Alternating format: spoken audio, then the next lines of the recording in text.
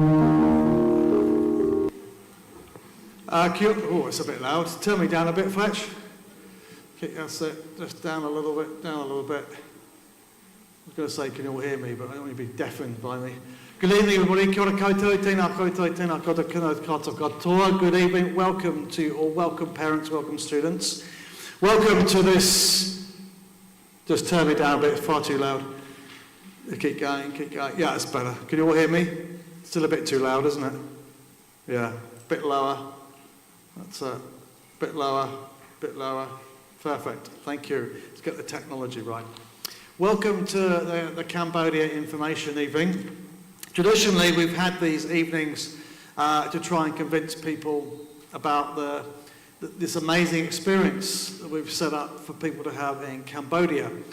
And of course, now what we're trying to do is to convince people not to come, because we've been victims of our own success over the years, and at our last look at the expressions of interest, we've got 70% of the Year 12 cohort all wanting to come, which is pretty amazing, which is sort of perhaps lead us into thinking maybe we should run this trip twice a year, not once, but of course we have to get the board convinced of that, and of course they cover the risks. But anyway, welcome, thanks for coming out on a Tuesday night to this information evening. What we're going to really do is, yes, we're going to do some trip promotion, but we're going to really show you some information about the trip, use some image, some video footage from previous trips, because that will really give you a good flavour of it as well. And also introduce the team to you for this year's trip. And then towards the end, we'll have some student voice into it. Roy and Daniel's going to speak to us. They went in December last year, and they're going to share a little bit of their story with you tonight. And at the end, we'll have time for questions and answers and things like that. Normally takes 45 minutes to 60 minutes for this evening. If you need to leave a little bit earlier, please feel free to leave. I know some of you have got things you've got to get away to. We've got a number of people joining us on the Google Hangout and the live stream. So it's being live streamed to the YouTube channel, and it's on a Google Hangout. Can you all hear me on the Google Hangout? I can see three people on the Google Hangout. Are you all there? Someone say yes. Who's that? Amethyst, can you hear me okay? It's a bit laggy. Bit laggy, okay. Never mind. You might want to, just feel free to switch to the YouTube channel, that might be slightly better. And also we've got people joining us on the live stream. It's being recorded as well, so we'll record this. Some of you I know here without parents or guardians with you, so this is going to be recorded and you can share that with parents and guardians as well. So welcome to this experience to share with you something about Cambodia for 2025. Well, pretty obvious where we're going. We're going to Cambodia, Kampuchea. And this is where it is. You can see the top left picture there, tucked away between Thailand and Vietnam, is the nation of Cambodia. And St. Paul's have had a relationship with this nation and this particular charity, which I'll talk to you a little bit about in a moment, for about 10 years now. As part of our experience, we'll be going to the capital city, Phnom Penh. We'll be based for most of the trip. And we'll also be going to the little place down there called Kampot, which is world famous for its pepper, apparently. Famous for its pepper. And also we're going to Siem Reap, which is up in the north as well. And I'll talk to you a little bit about that again very, very shortly. And Siem Reap is famous for its UNESCO World Heritage status as a place of significant interest, but particularly because of this place, Angkor Wat, the world's largest religious monument, this temple here. It's been there 800 years. Who will be going? Well, meet the team. So I went to think, they're going to stand. They didn't know what they're going to say. You'll know some of them from your teaching and learning. But we've got Anna Stricker and Brian and Mrs. Bradford, Helen and A.B. Haywood, who's our school nurse. So you're in really good. Do you want to say anything? No, don't say anything. Okay. So we're in really good hands. So we've got the school nurse. Okay. Helen's obviously on the senior leadership team as deputy principal. Brian's also a firefighter. So we've got a nurse, a firefighter, and Anna is one of our amazing English teachers. And Brian's head of English as well. So we're well covered with language, fire and emergency, and medical. So, and I'm also a St John ambulance officer as well. So we're pretty well covered on the medical space, as well as all the other bits and pieces. He's not here tonight, but he will be with us very shortly. You'll meet this guy, Ty. Sorry, I've gone back. Let's go forward. There we go. You're going to meet Ty, okay? Ty So, and he's been our tour guide on this trip since the very beginning. Okay, Ty is a registered Cambodian tour guide, which means a lot more out there than it would do in New Zealand. To be a tour guide in Cambodia, first of all, you have to have a degree in tourism, bachelor's in tourism, and then you have to pass a whole series of exams to be registered as a tour guide. So it's quite a high level employment space in Cambodia, and he's our tour guide. He's also a member of staff with Flame now as well, and he'll be at St Paul's for a week, for the week 1 of term 2. He's going to be with us for a whole week. He's visiting the country at the moment with Sue, who I'll introduce you to very shortly. And Ria will be with, and Ria's actually here at St Paul's this year. She's been, we've started a relationship where they send one of their members of staff to St Paul's for a 6-month experience program every year, and Ria's with us at the moment working in with the East Seoul Department and LEU, and also a number of other spaces at the school at the moment. So they'll be around. You'll get to know them this year as we prepare for the trip, and also they'll be with us on the trip itself. Okay. So it's open to year 12 students. We can only take a maximum of 24. We've tried 32, it was too many. So 24 has traditionally been the number we've taken. So it's a max of 24 students on the trip with the 5 members of staff. Okay, did they enjoy themselves last year? Well, let's just play the video. Some of you have seen it already in chapel, but we'll just play it for... Oh my God! 536. Go Fletch. Go Team Red. How's everybody going? We're in Cambodia! And so we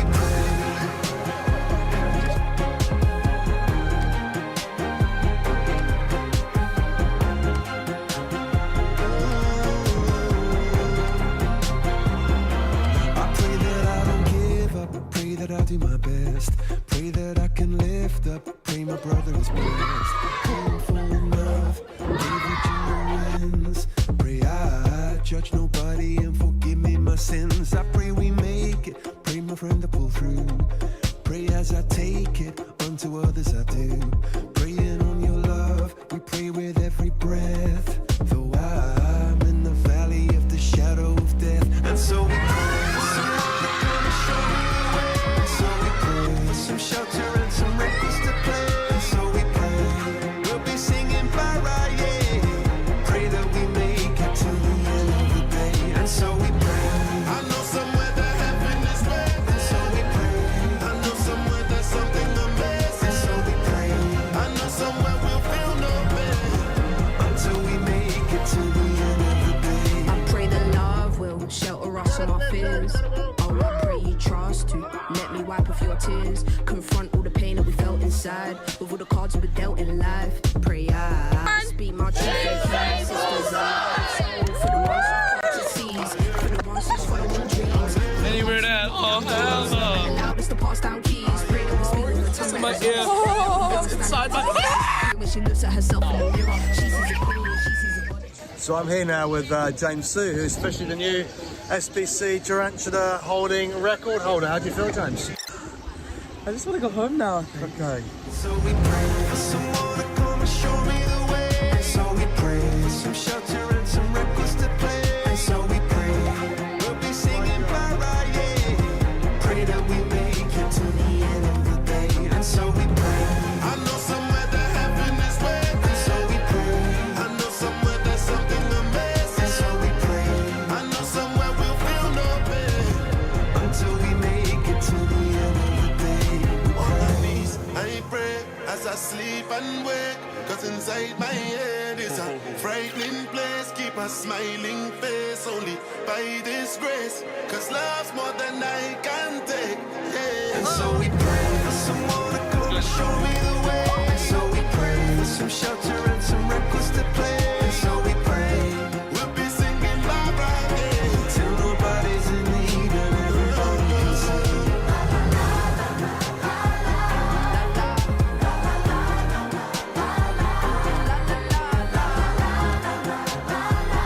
Sing it to me.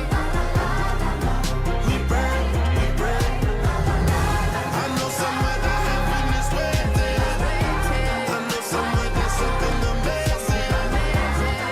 Until we feel no pain.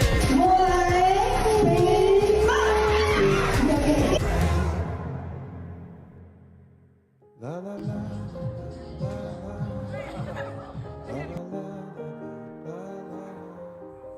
la la la, la la la, la la la. We pray, we pray, we pray.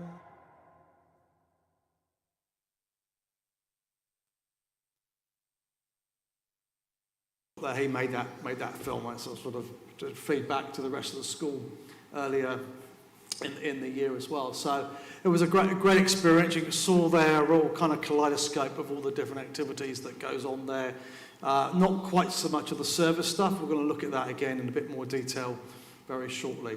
Why did we go? Well, Cambodia sort of found us really rather than we found this particular place. We had a student here 10 years ago, a year 12 student, and he had this connection with Sue, who's the executive founder of Flame, through his church in Tiamutu, and he went there and he convinced the then headmaster, Mr. Landa, it'd be a really good idea if we could take some students out to this particular charity and see some of its work. And it sort of came from that space.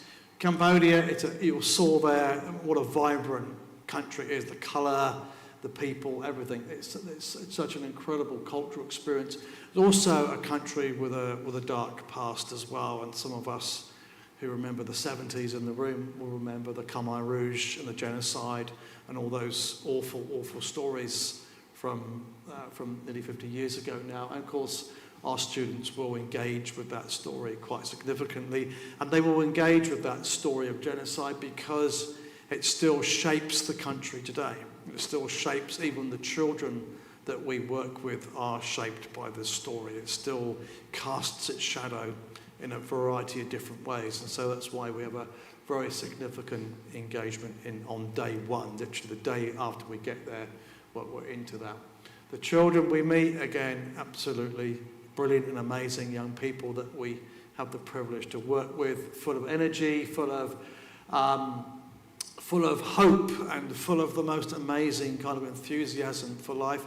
And they know you're coming, okay? They know you're coming this particular week, just at the end of their school year in December, and they get really excited. They start getting excited and preparing for it even in July and August.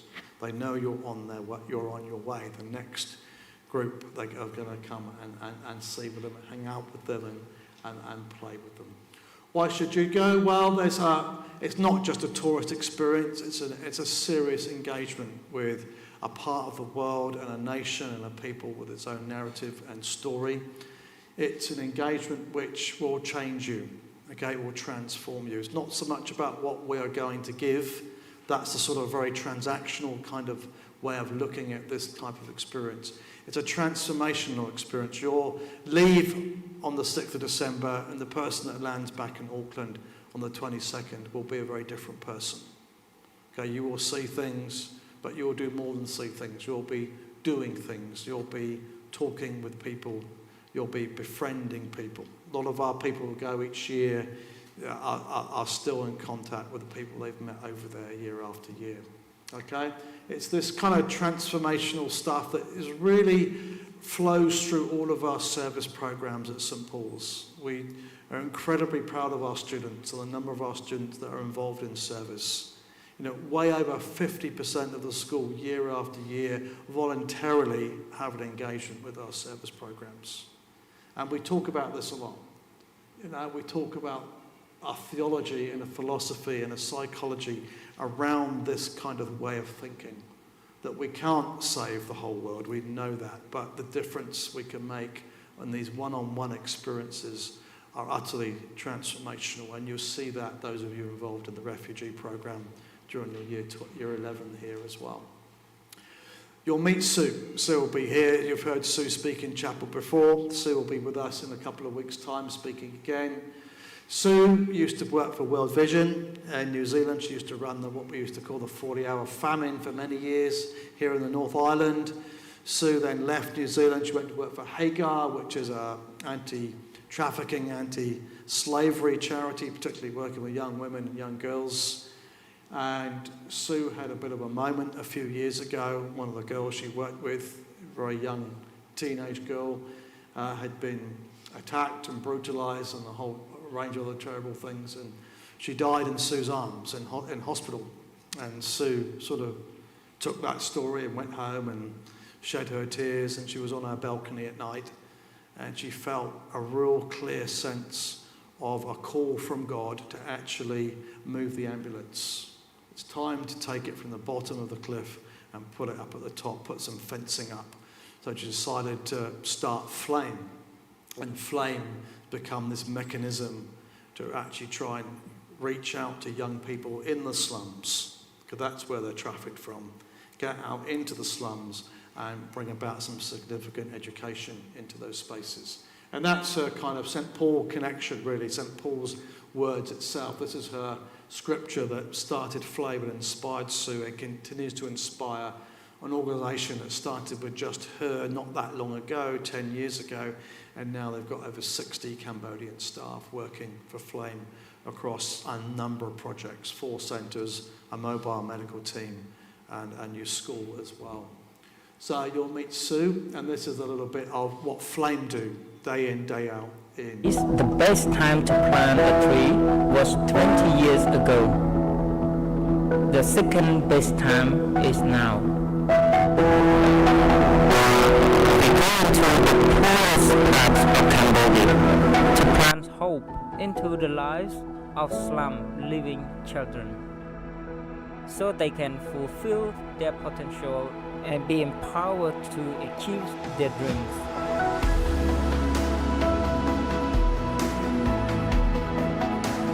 Dreams to become doctors, teachers, or whatever their hope is to become. We journey with emerging leaders who inspire and nurture our people through education, mentoring, and leadership development. They are empowered to serve in the hope that what has been planted into them can be planted into others. This is the full circle. Even though the journey is challenging, we are making a real difference, but we can reach further and wider with your help. Partner with us to make a lasting impact, transforming lives in the nation of Cambodia, because 20 years ago, that child was me.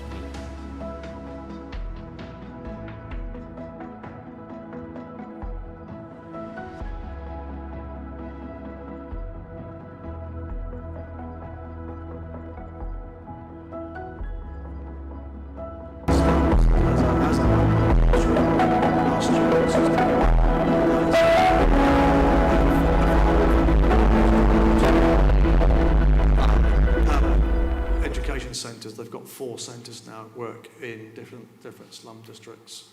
The guy who was speaking there, Dr. Ritty, he's a remarkable story himself, a slum living boy, somebody who was in a really bad way in his teenage years. He was into the running with gangs, into drugs, and a very violent, angry young man. Sue picked him up and he went to live with Sue for a while.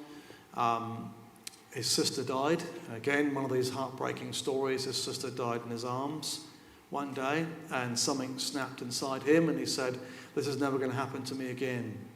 He said, "I don't know how I'm going to do this, but I'm going to be a doctor." And lo and behold, he's now one of Cambodia's leading obstetric surgeons. to the slum living kid is become a surgeon. And you don't get to become a surgeon in Cambodia because of your medical expertise or your grades at med school. You get to become a surgeon there because of coming from the right family, and you've greased the right palms with lots of gold on your way to get there. I think they qualify 10 surgeons a year. And for some reason, Sue, she's a lady of massive principle, wouldn't bribe any government officials, none of that. If it's her way, she's quite blunt, she's a farm girl from TA. You know, if it's God's will, it's going to happen. And lo and behold, Ritty is now that surgeon. And again, you'll get to meet him and work alongside him and his remarkable story in Flame as well.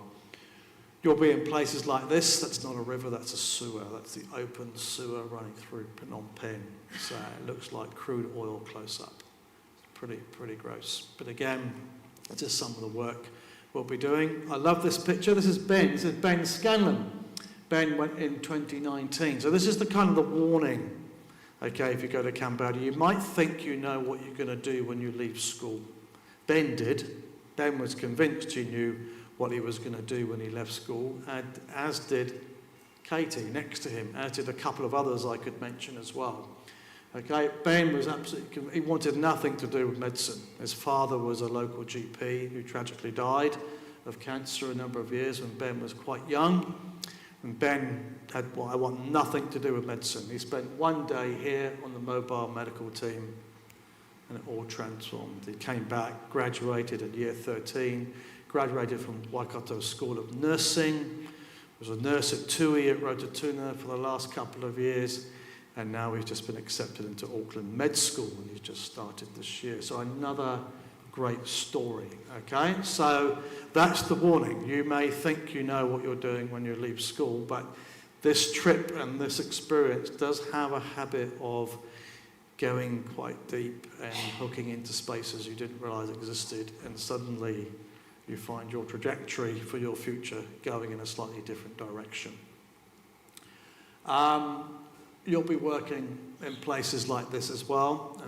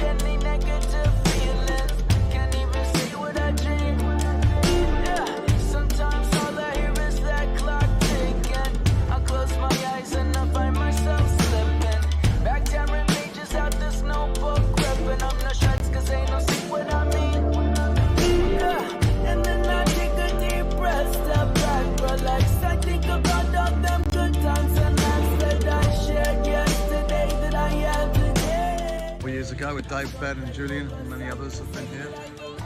Hello, on today. Of course what the film doesn't reveal is the fact that this point land and nobody will sell the lots to the world. But now I receive what I return. I remember what it was like to not know peace. Every week a moment of blur, and I remember what it was like to not know love. But now I return. Yeah. Sometimes everybody gets caught wishing they had another life, had another mission. They gotta make that incredible decision to check along and service in life.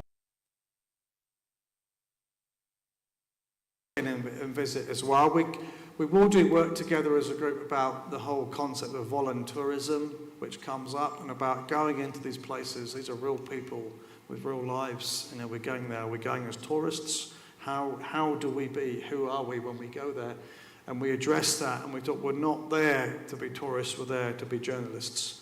We're there to examine and explore and talk to the people themselves and find out the story, and then bring their story back with us and share that story. Be pioneers and fundraisers and activists or whatever we need to be when we get back. So the idea is we don't just go there and look at our pictures occasionally and forget all about it. We come back and we are advocates for this work, advocates for Flame and their work in Cambodia. And that's that's the hope and a little bit of the expectation on the trip, that we come back transformed, but transformed enough to actually be active in this space in the years that follow the trip as well. Okay, Flame's work is to identify and grow and launch new leaders for Cambodia. That's their mantra, their reason to be. An amazing team of people that they employ. Why do we go? A bit of a repeat here a little bit, so I won't play too much of this, but this was last year's trip, and I'm not sure what's happened to the sound, but there we go.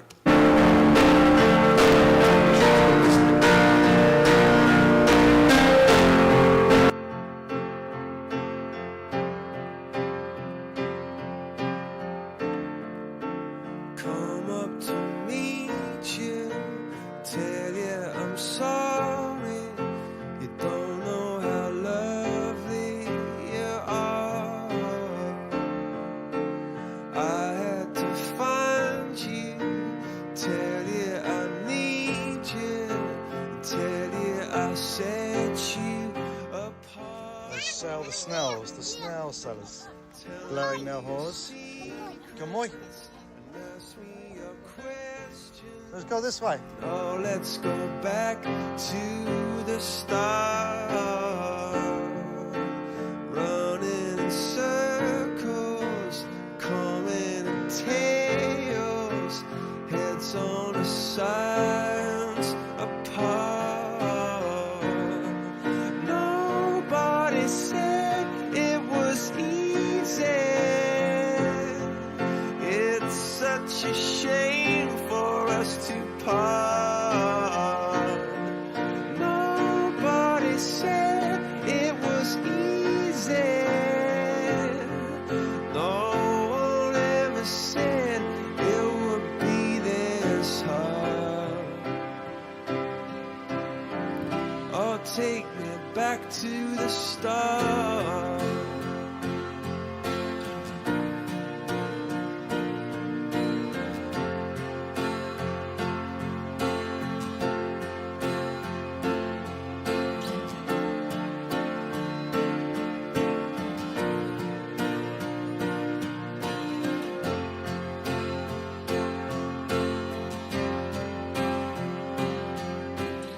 Hope here there's a lot of amazing things. A little bit of a flavour of the place. In terms of itinerary, we'll leave December the 6th. It's a Saturday evening, about 8 o'clock in the evening. That's literally the day after school finishes. So we have the carol service Thursday, then Friday, then we're off on the Saturday. So straight after term 4. Off we fly via Singapore this year. It was Malaysian Airlines last year, but Singapore have come up cheaper this year, and it's a better airline, we think. We're off to get into our accommodation, settle in, out and about quite quickly, out with our groups, experience the markets. These are old pictures, but the markets haven't changed. And then day 1, we're into the history of the nation and a serious engagement with S21 genocide prison and also the killing fields themselves. So we'll go out to one of the fields. Very sobering, somber day. Then we break up into our groups. We're into 4 groups of 6 students with 1 member of staff attached to each group. And then we'll go to the different education centres, a different place every day, different students, working with a different group in the morning, different group in the afternoon. And we're running 4 workshops, which we planned together in term 3, around arts and crafts, sports and games, English and maths, and sort of drama and dance and stuff like that. So 4 different sort of 30-minute workshops were planned in our groups, and we'll take them round with us to the different education centres on a rotational basis. So each of those places that we go to will experience each 4 teams of St Paul students during that week. Also in the evenings, we will meet with the Path Programme kids. That's a teenager group, 14 to 18-year-olds. They have a group that meets 4 nights a week. So there'll be a couple of days where we are working all day in the education centres, quick break, and then we're in the youth programme in the evening. It is utterly exhausting. It is. There's no other way of saying it. And the mantra we're here time and time again in our pre-early morning trip briefings is, right, who's going to empty the tank today? And you get to empty your tank when you think it's empty already. Okay, you really do have to dig deep. At the end of this week, we collapse into heap into Saturday morning after the first week. Okay, so that's, again, I'm not pulling no punches. This is what it is. This is what we do. Okay, and to be honest, in all the years we've taken students out here, nobody's actually struggled doing it. Very quickly, you see why you're doing what you're doing, and you believe in it, and you believe in it enough to literally just give it everything. You give it things you never realised you had left in your tank. Okay, you didn't realise how big what your reserves were like, and things like that. It is utterly exhausting. And then on the Saturday, that's week 1 done, then we do a bit of shopping. We play the annual football match between St Paul students and Flame staff. We always lose. Okay, it's just the way it is. They are football mad as a nation. We won it once, 2 years ago we won it, but they got it back last year, so they're well pleased with that. So we'll play football, then we'll go out for a nice sunset cruise on the Mekong River. And we'll go on that river that evening, and we'll be with what they call the university students that Flame support. So we'll be with older people, 18 to 21-year-olds, will host us that evening on that trip. And then we'll do a couple other things on the Sunday. Thanks to the wonderful, generous Parents Association of St Paul's, we will take 200 Path Programme teenagers to Campot, which is a river resort, and you probably saw those slides earlier at work and those stuff on the sand on the beach, and we host that and we provide for it, and we will transport them for a really fun day out at this river place where it's slides and water and jumps and kayaks, and staff get to go jet skiing, not the students, sorry about that, but then all this sort of stuff. Okay, so it's a really fun day out in Campot, and for many of those teenagers that we will take, they've not left the city before, and that happens every year. And for some of them, it's their first experience of water, and there's nothing like seeing you guys, who are all water babies generally because you're Kiwis, teaching somebody to swim, teaching somebody to take their first strokes in water, and by the end of it, having somebody would barely go above their knee at the start of the day. By the end of the day, they're jumping off the 5-metre platform, screaming with delight. Okay, and that's because of what you've done. You've increased that water confidence in them, which is pretty special.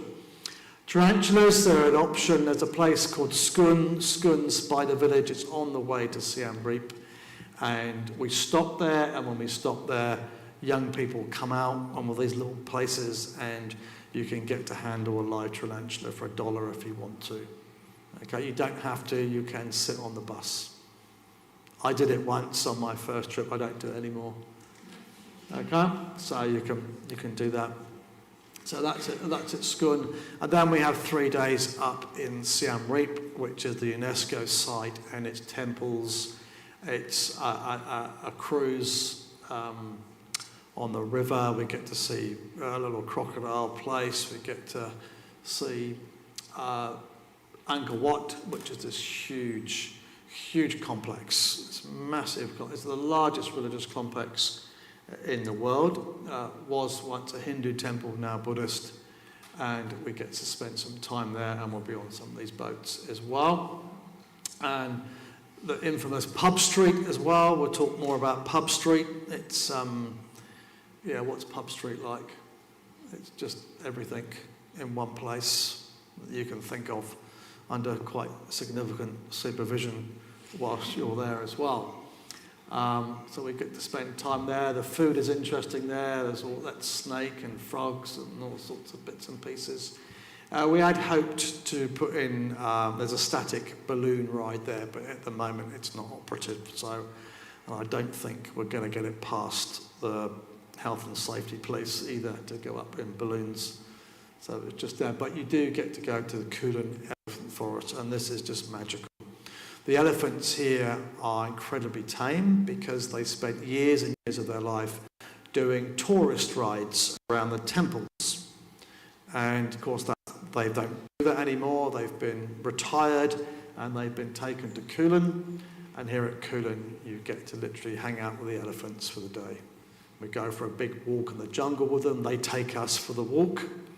And we follow them with the mammoets, which are the elephant guides who's raised those elephants since they were babies, and they will take us out around the jungle, and then we'll spend time feeding them and washing them, etc., etc. It's such an amazing experience to be that close to an elephant, and beautiful, beautiful animals. So that's a real highlight of the trip, as indeed, of course, all the other experiences.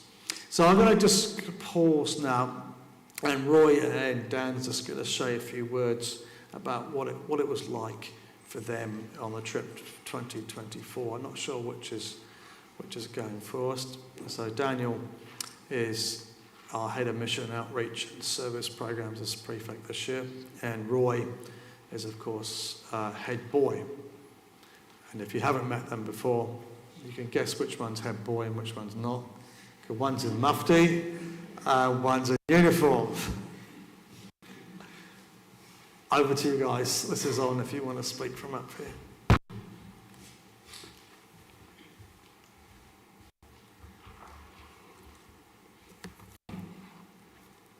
Right, so those who know me will know that I pretty much will eat anything. And I mean like basically anything, to the point where when I was in Europe, I tried sheep intestine, which disguised itself as a pork sausage. I bit into it. It was not a pork sausage. But in Cambodia, in schoon markets, those limits were tested when right in front of me, stacked piled high, were the finest delicacies you could imagine. And I mean the finest. Like there were fried spiders, battered cicadas, and baked scorpions. And of course, I thought to myself, okay, no, absolutely not. That's way too far. But then I realized, if not now, when? I mean, it's not like Chartwell markets are going to have, it's not like Countdown's going to have battered cicadas on sale right in their snacks aisle. So then, in that moment, as one does, I tried each and every single one of them.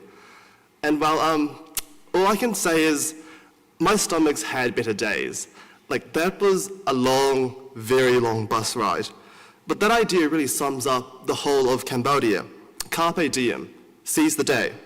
And to leave every day to the fullest. And that wasn't only our mindset in Cambodia, but it was the mindset of every single child under the care of Flame, the Flame organization.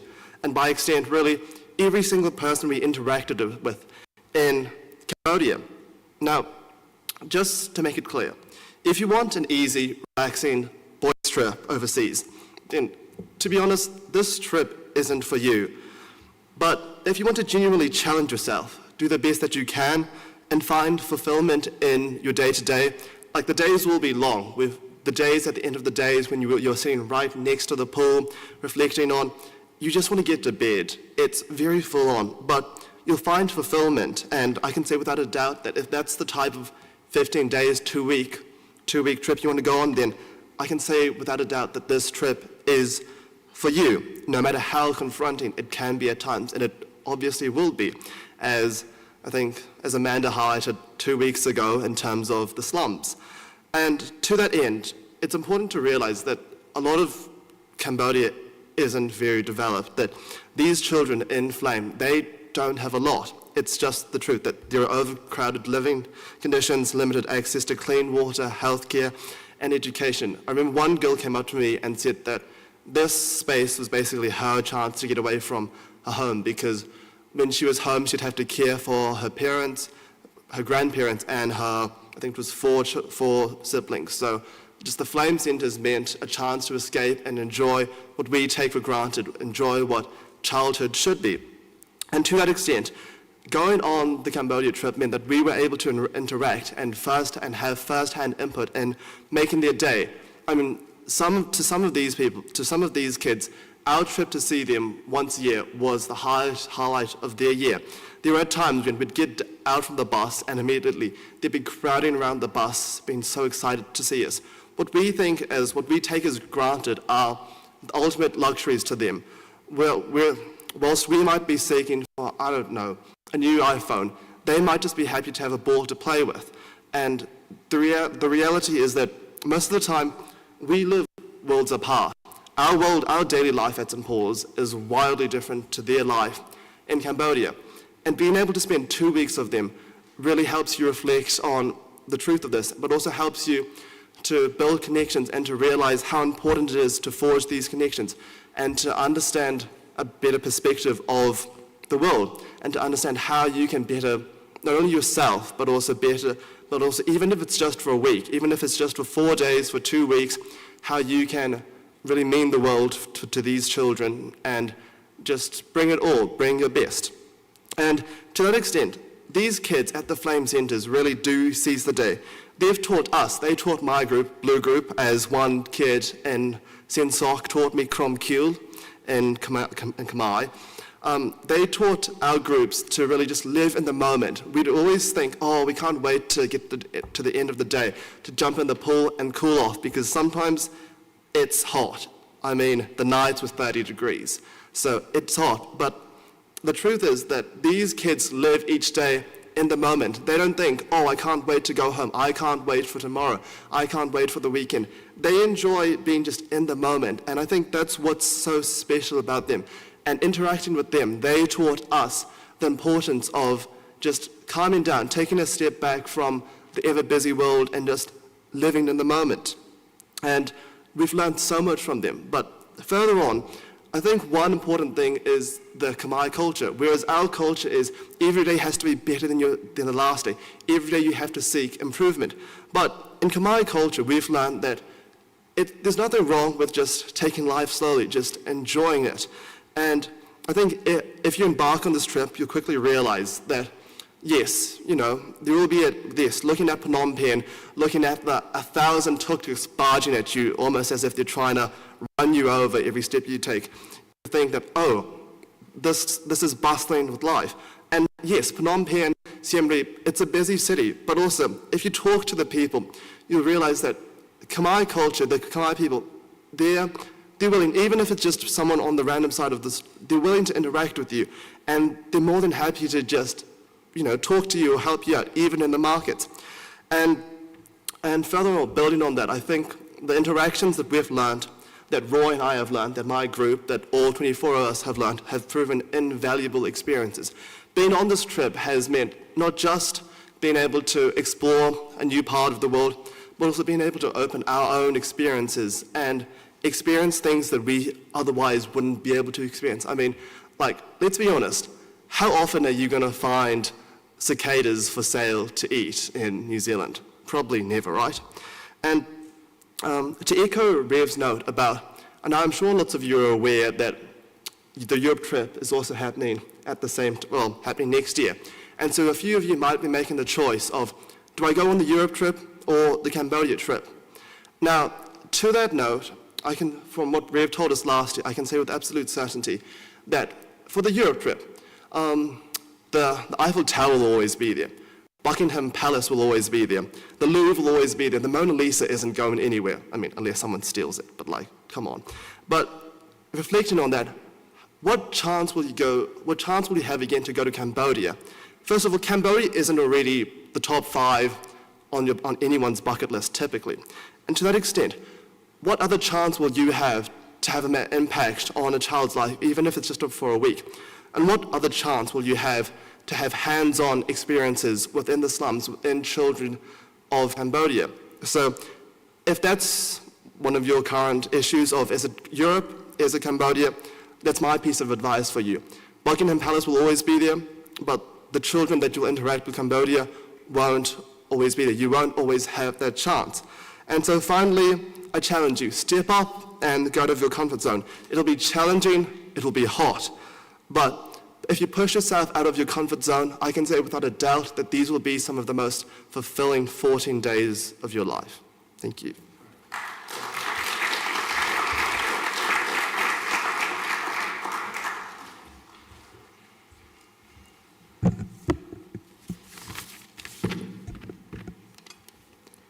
I have a bit of a similar story to start with Daniel. I don't tell many people, but I have a huge fear of spiders. I really don't like them. And I was really sure that I would never go close to a tarantula in my life until Cambodia last year. And one of the reasons that made me end up being brave enough to have one on my hand was because I knew that I probably wouldn't ever have the guts to do it again. And also because there were girls around. And that experience really sums up the whole of the Cambodia trip for me. It's a place where you'll be out of your own comfort zones for a variety of reasons. For some, it was the fact that there were hoses instead of toilet paper. But for all of us, it was being thrown right into these incredibly confronting settings in the slum districts of Cambodia. These slum districts are where people live. These slum districts are where people go to school every day. These slum districts aren't slum districts for them. They're their whole world. And in a weird way, it's these confronting sights which make the trip the most beautiful. During our trip, our main work was around the primary schools, like Rivers talked about. And you go into these slums, but what you find is that, and even though you go into these slums, what you find is that all of these little kids are so excited. They're jumping around, they're holding your hand. And the coolest part is, they don't really care what you're doing. They're just excited by your presence and your energy, and you being there. And something else that really stuck with me is what Daniel talked about earlier, about the fact that our visit to Cambodia is one of the biggest, if not the biggest highlight of their whole year. And that's why we do it. We can't change their lives completely, but we can go in with a mindset of doing our part and making an uplifting impact in their lives. And that's a truly rewarding feeling. And finally, for some of the older kids there, something really special is that you can actually maintain these connections with them. You know, you can add them on social media, and before you know it, I'm still getting Instagram reels from Rongjet 3 months later. And aside of, just a final note, aside from the service, it's a really privileged and really fun overseas trip overall. You know, it's a beautiful country with a rich history and culture, and for some of you, it might be the first time flying or leaving home without your parents on an overseas trip. You're just with your mates for over 2 weeks. You make heaps of new friends as well, and who you've probably never talked to. And that's just the nature of service, everyone working together for a common cause. And for parents, don't worry, they're in extremely safe hands. Rev and his team are incredible people, and they will take good care of your children. Last year, only 3 out of 24 students didn't make it back. So year 12 is just a really rare opportunity to come across, and all I can say is you should take the opportunity to apply. If you're lucky enough to go on the trip, treasure it, and go with the heart of serving and helping others. Thank you.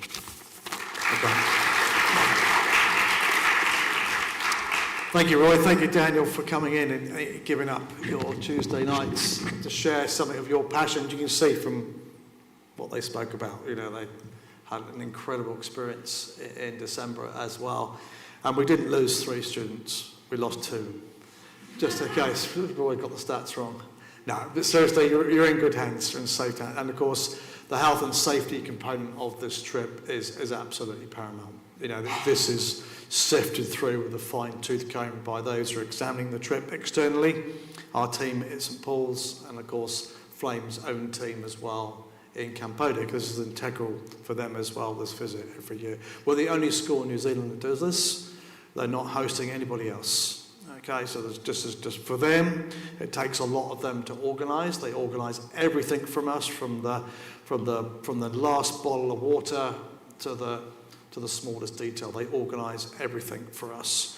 And so because of that, we're the only people they do this for, because it's incredibly time consuming for them to put this on for us. So it's a very unique, very special opportunity for us. I don't think we need to do another little video, because I think you've probably seen enough of that. A little bit of nuts and bolts now. 6th and 22nd of December, so we're just back in time for Christmas.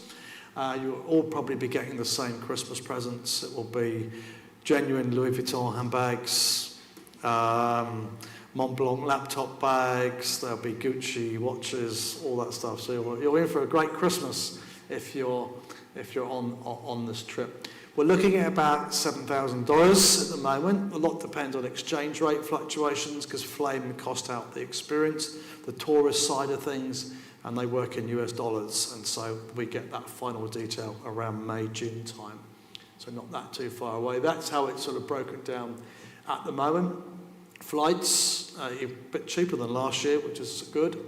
And then mostly in-country costs, which is food and accommodation and everything else. Everything is a fully inclusive trip. Even all your drinks at the bar are covered, your soft drinks. Your water, all your bottles of water is covered, everything. The only thing you need to take with you is your spending money for the markets or other things you want to spend on souvenirs and stuff like that. So there's no other financial outlay once you're in country. Sorry, on the back there, the only thing is, whilst we're here, before you go out to Cambodia, are the vaccinations, and we'll talk about vaccinations at the next information evening in June time. Accommodation, we stay here, the poolside villa. It's wonderful what you can do with a fisheye camera lens. Makes it look so much, it's like the estate agent's been through this. But we stay there, we eat here, we socialise here, we have breakfast here, and we have many of our dinners here as well, but not everyone, probably about 50% of our dinners here. And we've got this pool right in front of that space as well where we eat, and the rooms are really nice as well. All the rooms are en suite. We booked the whole place out. So it's got about 60 rooms. We're taking 24 people. So if you're sharing with somebody and you don't want to share with them anymore, you can just go and have your own room. Okay, so there's heaps of space there. Okay, for the boarders who are used to boarding, there's dorm rooms there. Sometimes, for some reason, groups, there's rooms for all, 60 odd rooms there. And some people choose to have a small single bed bunk room dorm with 6 boys in or something, just because that's what they want to do. But anyway, it's all there, okay? Huge amounts of space in the place. The challenges of the trip, we've talked about the heat. It is hot. It wasn't quite so hot last year. It was about 28, 29 most days last year. And that really made a little bit of a difference. But that was an unusual winter for them, summer, sorry. Normally we're going out there 34 to 36, 37, so it is quite hot all the time. It can be very wet as well. We can get big downpours like any country. Like the food can be a bit of a challenge. It'll be very different to what you're used to. So we've talked about the insects, Skun Spider Village, and the bugs that you could eat. This is improving over the years. It used to be a major feature of this trip, and that's the DMVs, the diarrhea and the vomiting. If you get that hot country, change of diet, change of climate, change of water, it just naturally your body reacts, and you can expect at least a 24-hour period of DMV, we call it, okay? Not necessarily everybody. Last year, not everybody got an episode, and some people had a longer episode than others. Okay, but it does happen. Okay, we need some vaccinations before we go for a variety of different conditions. And the other thing to prepare for, of course, is what you don't share on the videos is, of course, the smell. The smell of some of the places where we're at is pretty intense. And of course, and there is the emotional impact on us as well. You're meeting people, you'll be in places and spaces where your hearts can be broken. And you can find some tough moments where you just need to be on your own, or give mum or dad a call, or whoever your go-to person is, in order to fix yourself again. Okay, you suddenly get confronted with some very challenging realities for people whose lives do appear quite hopeless at times, and you have to process that and manage that. And we do as well as staff. And so far, nobody's all broken down at the same time, which is good. So just a few are breaking down at one time, the others are feeling strong, support them, and we just have that kind of group experience during the trip. We have lots of group meetings, small group meetings, larger group meetings. We brief in the morning, we debrief in the evening, and we spend a lot of time looking at these spaces that we're experiencing as a group, particularly that social emotional stuff as well that confronts us on the trip. Okay, so how to apply. Applications are now in school notices. I popped that in there at 5:30 tonight. So don't ask for editing access to this, because it means you'll all be seeing each other's forms. And so make your own copy and then fill it out and get that. 5 o'clock next Monday is the closing time. Okay, so you've got 6 days to get these done. Okay, and you've got that letter. There's more there, so grab that letter as well. The application form as well. It's a service trip. It is a service trip. So we want to see what you've done so far. So we're going to ask you about rock, the serve, over the fence, ukulele, art club. We're going to ask you about charity days, World Vision 40-hour challenge from last year. We're going to ask you about charity relay for a border last year. We're going to ask you about Cancer Society Relay for Life from last year. Maybe you participate. So we're going to be asking those questions, okay? And we're going to expect you to be answering and putting some detail down. If you're new to school, then obviously you can't answer that. That doesn't penalise you at all. If year 11, if year 12 is your first year at St Paul's, just indicate that on the form. It doesn't preclude you. Those who got involved on a lot of service last year do probably have a slight advantage, but I'll talk to you about that in just a second. Then some more generic questions. Why do you want to go? Why should the school select you? Etc., etc. And there's a few other questions on there. So give yourself a bit of time to spend on this form. Selection criteria, your service record and involvement, your house representation, what you do for your house. Pastoral and head housemaster comments will be asked to comment on your application, and school accountants as well, expected to be up to date. On April the 1st, myself and this team, we will gather and we will choose 2 groups, those we do not require for interview and those we wish to interview. Okay, we'll shortlist. That sounds like some people won't get an interview. You won't. There are some people I can see before me right now who will not be given an interview, because if you do a good application form, you'll be accepted onto the trip. We cannot interview 75 students. We simply do not have the time.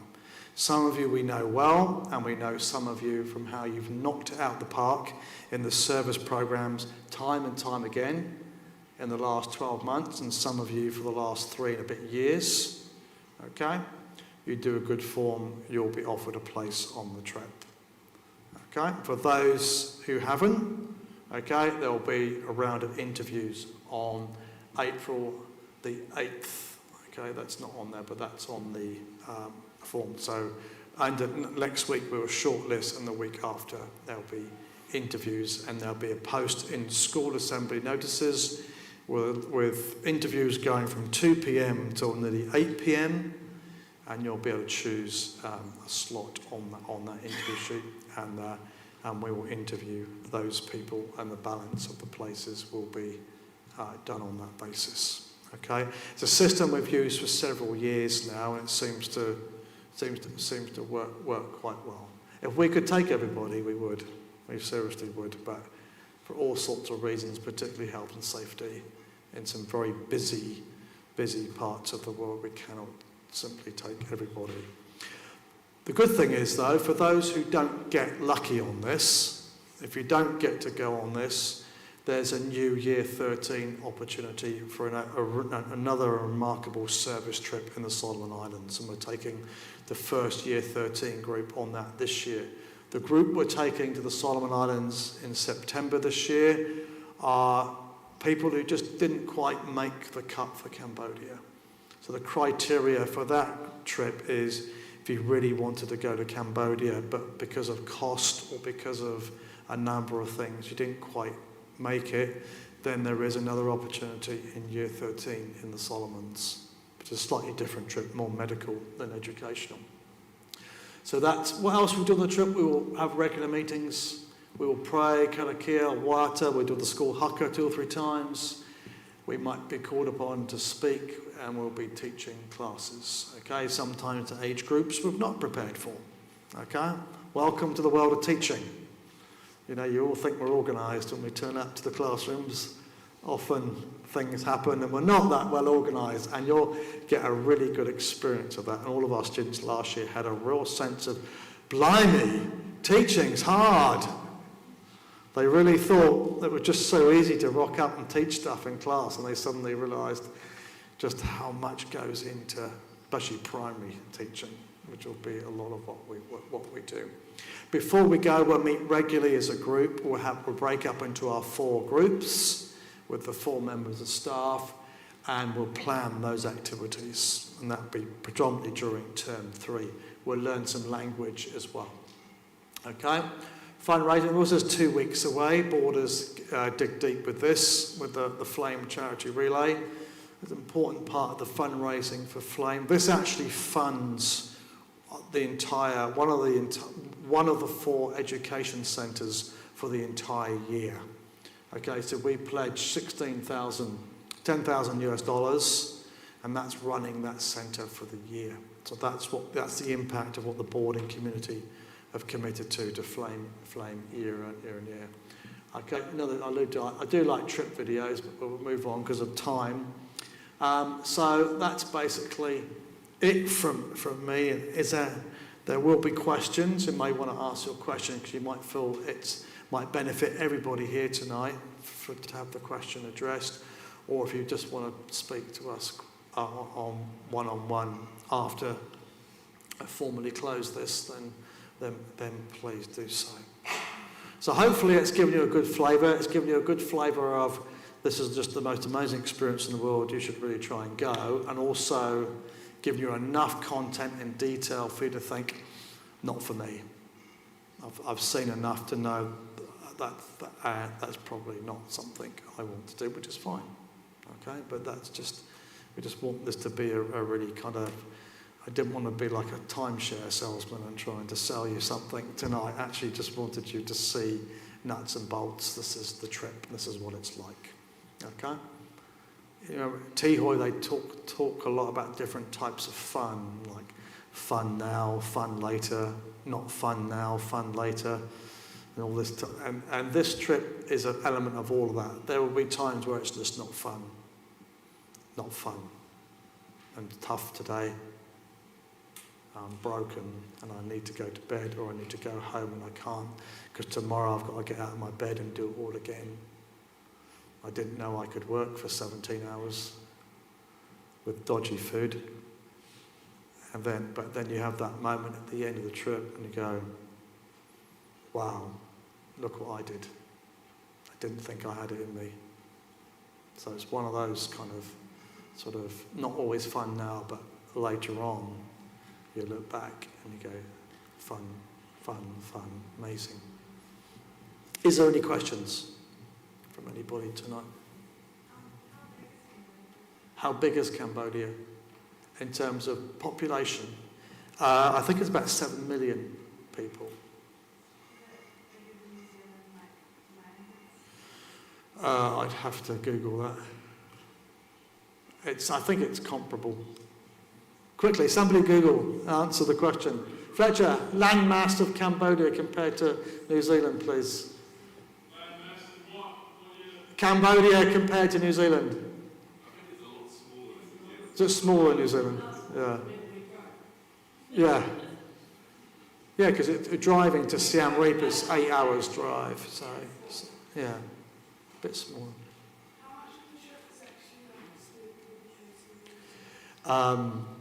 We get there on the Sunday.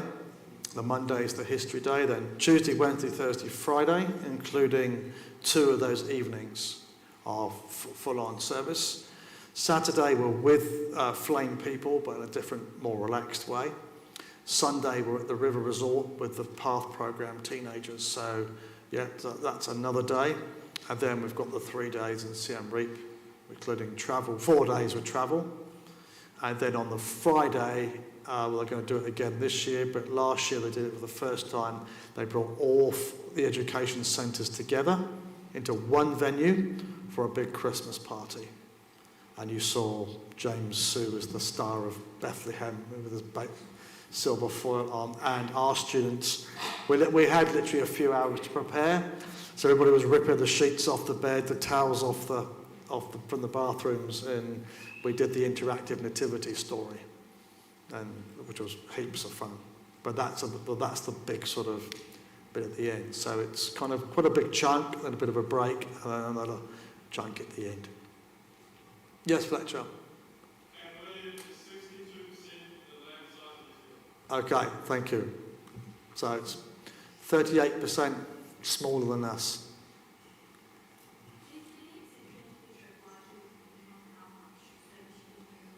No, but there'll be some people that, because of what they did in year 11, would have earned their place on a service trip.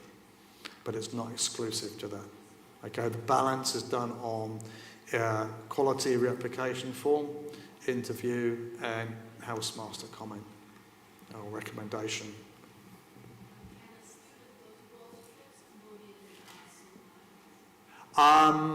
Technically, yes, but normally Solomon Island trip, this is where the board have spoken into the space recently, that they want an opportunity for some people who, for different reasons, Cambodia just wasn't accessible as a trip for some families. Partly because of cost. The Solomon Islands is 50% of the cost of the Cambodia trip. And so they wanted priority given to students who did apply to Cambodia but didn't get on the trip. So, but technically, if we get no applicants outside, from certain groups, yes. But normally, if you've been to Cambodia, it's going to be tricky to get onto the Solomon Island trip. Okay, some people have got to go, sorry. Any more questions?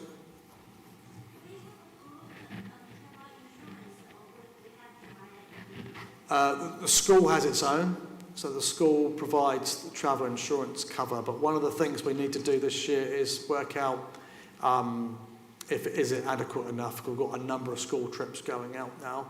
We just used to have Cambodia, but now rugby's off to Japan, we've got the Europe trip, and somebody else is off somewhere else, so we need to make sure that's one of the things we'll have to look at. But traditionally, or historically, the school's policies covered everybody. Any more questions? Any questions from our online community? Any questions in the chat? Still with us? No in-call messages. Cool. So thank you all for coming tonight. Thank you to our staff. Got 2 left from the 4. And yeah, if you've got any questions, stay behind, ask me or email me. But closing date next Monday, 5 o'clock for your application forms and interviews the week later. Okay? And then after the interviews,